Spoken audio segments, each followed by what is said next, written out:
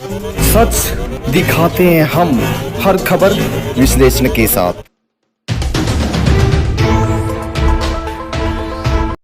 Madam, दूसरी बार कलायत आना हुआ है जी संगठन है आपका, महिलाओं की रक्षा के लिए आप तत्पर रहते हैं। जी, तो जी। कलायत क्षेत्र के अंदर पहुंचे हो, किस तरह का अभियान है आपका? अभी कलायत क्षेत्र में जो है हमारे जो धर्मपाल जी हैं उन्होंने बात करी, इस विषय पे कई बार बात हुई है, तो लेकिन कुछ कन्फ्यूजन ऐसी थी कि जो बताना जरूरी था। और हमारा उद्देश्य यहाँ पे आना केवल एक ये नहीं था कि हम लोग कुछ समय जो हमारे बीच में गया, बहुत वेस्टेज हुआ एक लॉकडाउन के दौरान में। लॉकडाउन के बाद चाहे समस्या कैसी भी हो, हम लोगों को यही प्रयास था मेरा और धर्मपाल जी का कि किसी भी तरीके से अगर हमारे पास कल्याण से या किसी भी हरियाणा क्षेत्र से अगर कोई भी कहीं से भी महिलाओं के या बच्चों के ऊपर किसी भी प्रकार का अत्याचार होता है तो हम लोग उसके लिए सबसे पहले खड़े हैं।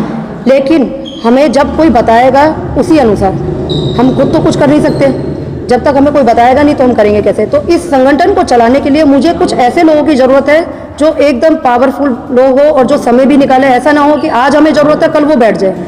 समय निकालने से हमारे कार्यों के बारे में पता चलता है और समय निकालने से हम लोगों की भी पहचान होती है। जो संगठन से जुड़े आपके कार्यकर्ता हैं, जी।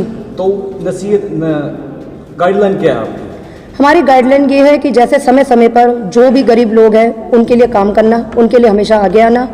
खासतौर से छोटे बच्चे जिनके पास कोई सहारा नहीं है, जिनके पास पालन पोषण के लिए, जो बच्चे अभी मतलब उनको ये भी नहीं पता इस संसार में मेरे माता पिता कौन है, जो छोड़ के चले गए, उन बच्चों के विषय पे हमें काम करना, उनके लिए आगे आना। उसके लिए हमारी संस्था का एक उद्देश्य ये है कि हम ही सभी जितने भी संस्था से लोग जुड़े हैं, चाहे वो हरियाणा से हो या कहीं से भी हो, चंदा इकट्ठा करें, उन बच्चों के लिए काम करें। तो जो मेंबर जुड़े हुए हैं, दायरा कितना है उनका? मेंबर की बात करें या फिर आपने जो पद निश्चित किए हुए हैं, तो दायरा क्या रहेगा उनका? जिन पदों की बात कर रहे हैं, हमारे पद जो है एक लिमिट के अनुसार नहीं है। हमारे पद जैसा कि मैं उनको बता चुकी हूँ, संजय जी को ये भी बताया। संजय जी की ही बात नहीं है, मैं यहाँ पे सभी व्यक्ति के लिए बात करती हूँ, जो भी बैठे हैं सभी सुन रहे हैं इस समय। और मैं एक बात बार बार ये कहना चाहूँगी कि संगठन कभी भी किसी एक व्यक्ति से आगे नहीं बढ़ता है, हमेशा उसके लिए भारी संख्या में लोगों की हमेशा आगे जो है चाहत रही है, चाहे वो किसी भी अपने संस्था से हो या किसी भी शासन से हो। सबसे पहली चीज़ है कि हमें अपना जो कार्य है वो कैसे करना है। अगर हमारे अंदर सबसे पहले ये चीज़, जिसको हम पद दे रहे हैं, क्या वो इस कार्य करने लायक है या नहीं। यदि वो इस कार्य करने लायक नहीं है तो हमारी संगठन जो भी है कार्य करती है किसी भी विषय पे, तो वो खुद ही ऑलरेडी जो कमजोर हो जाएगी।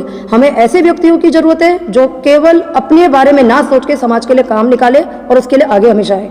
विश्व भर में ऐसे संगठन काफी हैं। जी। अलग क्या है? अलग इसके अंदर एक चीज, एक बहुत ही खास बात है हमारे संगठन की, government awareness collection and endorsement की एक बहुत ही विशेषता है, जो हमें एक लाइसेंस के साथ में सेक्शन 8 अंडर के तहत में हम लोगों के 164 के बयान हुए, जिसमें DSC होता है। DSC का मतलब होता है डिजिटल सर्टिफिकेट, ठीक है, आपको भी पता होगा, डिजिटल सिग्नेचर सर्टिफिकेट कहते हैं, जिसमें हम लोग ऑलरेडी पहले एक अपना बयान दे चुके हैं कि अगर हम कोई भी संस्था में ऐसा कार्य करते हैं, किसी भी मेंबर के साथ में कोई भी हम मेंबर अपना बनाते हैं, तो हमारी एक केवल भूमिका ये वहाँ तक नहीं है, बल्कि उसको बढ़ाना है, उसको जान पहचान करना है कि उसको कैसे करा जाए। विश्व भर की बात नहीं करूँगी मैं, तो केवल एक छोटी सी जगह से नहीं हूँ, मैं एक बहुत बड़ी जगह से भी हूँ, जहाँ दिल्ली जैसे शहर से हूँ मैं। और दिल्ली जैसे शहर में मेरे पास बहुत सारे कर्मचारी भी है और अच्छे लेवल से भी लोग हैं, लेकिन एक हरियाणा स्टेट हमारे से बहुत अच्छा है। हरियाणा स्टेट के अंदर मैंने पिछली बार जब मैं यहाँ पे आई, उससे पहले से और बेटी बचाओ में मैं कम से कम 12 से 13 वर्षों से काम करती आई हूँ। मैंने जब से अब तक ये देखा है कि 8-9 साल से जब से पर पूर्ण विराम लगा है कन्या भ्रूण पे या अपना लिंग परीक्षण पे, तो हरियाणा हमेशा टॉप रहा है। इसी तरीके से मैंने जो है धर्मपाल जी को चुना कि ये शायद हमारे साथ मिलकर आगे बढ़ेंगे और काम बढ़ाएंगे और अपने साथ अच्छे लोगों को भी चुनेंगे। मैं यूं तो किसी के लिए नहीं कह सकती कि ये इंसान कैसा है, मैं यूं जरूर कह सकती हूँ कि ये इंसान जब तक अपने कार्य नहीं करेगा, जब तक मैं उसका होमवर्क उससे देती हूँ और होमवर्क में जब तक नहीं देख लूँ, तो मैं किसी के लिए कुछ नहीं कह सकती।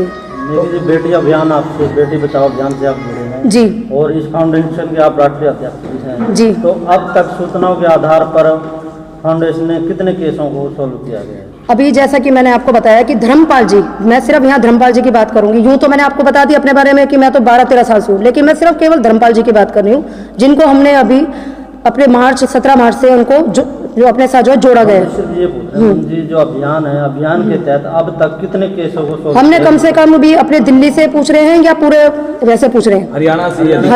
हरियाणा में हमने अभी नहीं करा क्योंकि मुझे वहाँ शिकायत नहीं मिली। ठीक है, रही बात दिल्ली की, तो दिल्ली में हमने अपने कम से कम 8-10 कार्य कर लिए, जिनको हमने सील भी कराया है। गाजियाबाद पसोंडा शहर है, वहाँ पे पसोंडा गाँव में भी कराया है, और भी कई जगह है वहाँ पे भी हम लोगों ने सील कराया है। तो ऐसे ये तो रोज नहीं आते ना, केस जो है रोज नहीं आते, ठीक है ना। कुछ लोगों को मान लो भनक पड़ रही है तो ऑलरेडी वो सूचना सुनते ही, एक दूसरे से सुनते ही वो अपना कार्य को जो है बंद कर देते हैं। लेकिन जैसे ही कहीं से अगर हमें सूचना मिलती है और जिस भी जानकारी से अगर हमें मिलती है तो बिल्कुल ठोस सबूत के साथ हमें उसको लिए आगे आना पड़ता है समय समय पर। और जब समय समय पर हमें जो भी हमें सूचना मिलती है उसके आधार पर काम भी करना पड़ता है।